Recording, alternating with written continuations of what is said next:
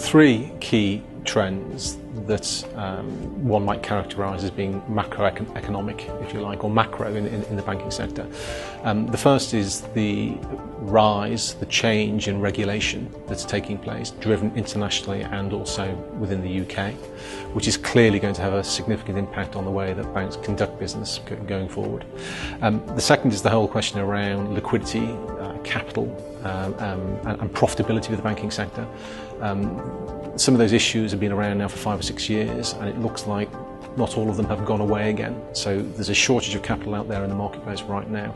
There are some issues still around liquidity, and some organisations are very focused around profitability. And then the third key trend that I would identify is that of credit risk. Banks are still very concerned about the quality of the lending that they have on their books and the quality of the opportunity that's coming their way. The biggest trend that we've seen in financial services in the last 12 months is the changing regulatory environment. Government has taken a new view of financial services as a direct consequence of the economic crisis. So what was previously seen as a poster boy industry within the UK and overseas has gone through something of a character change. Regulation has intensified to ensure that we don't get some of the problems that we've had in the past.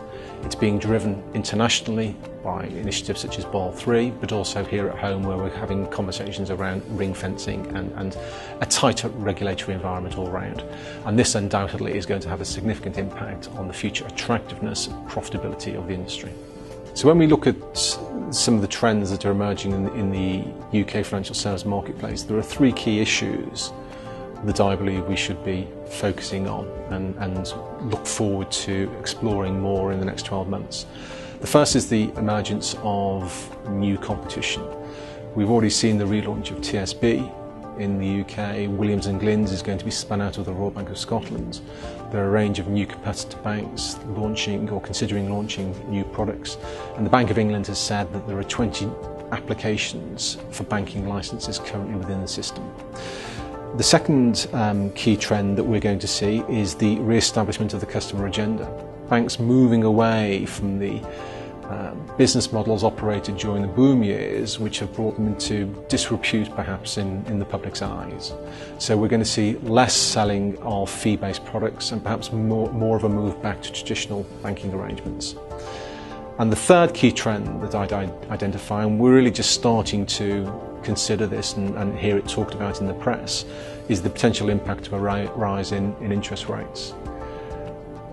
An increase of 0.5% in interest rates adds £60 a month to a £100,000 mortgage, and 9% of the UK mortgage borrowers are believed to be vulnerable to an interest rate increase of that sort of size.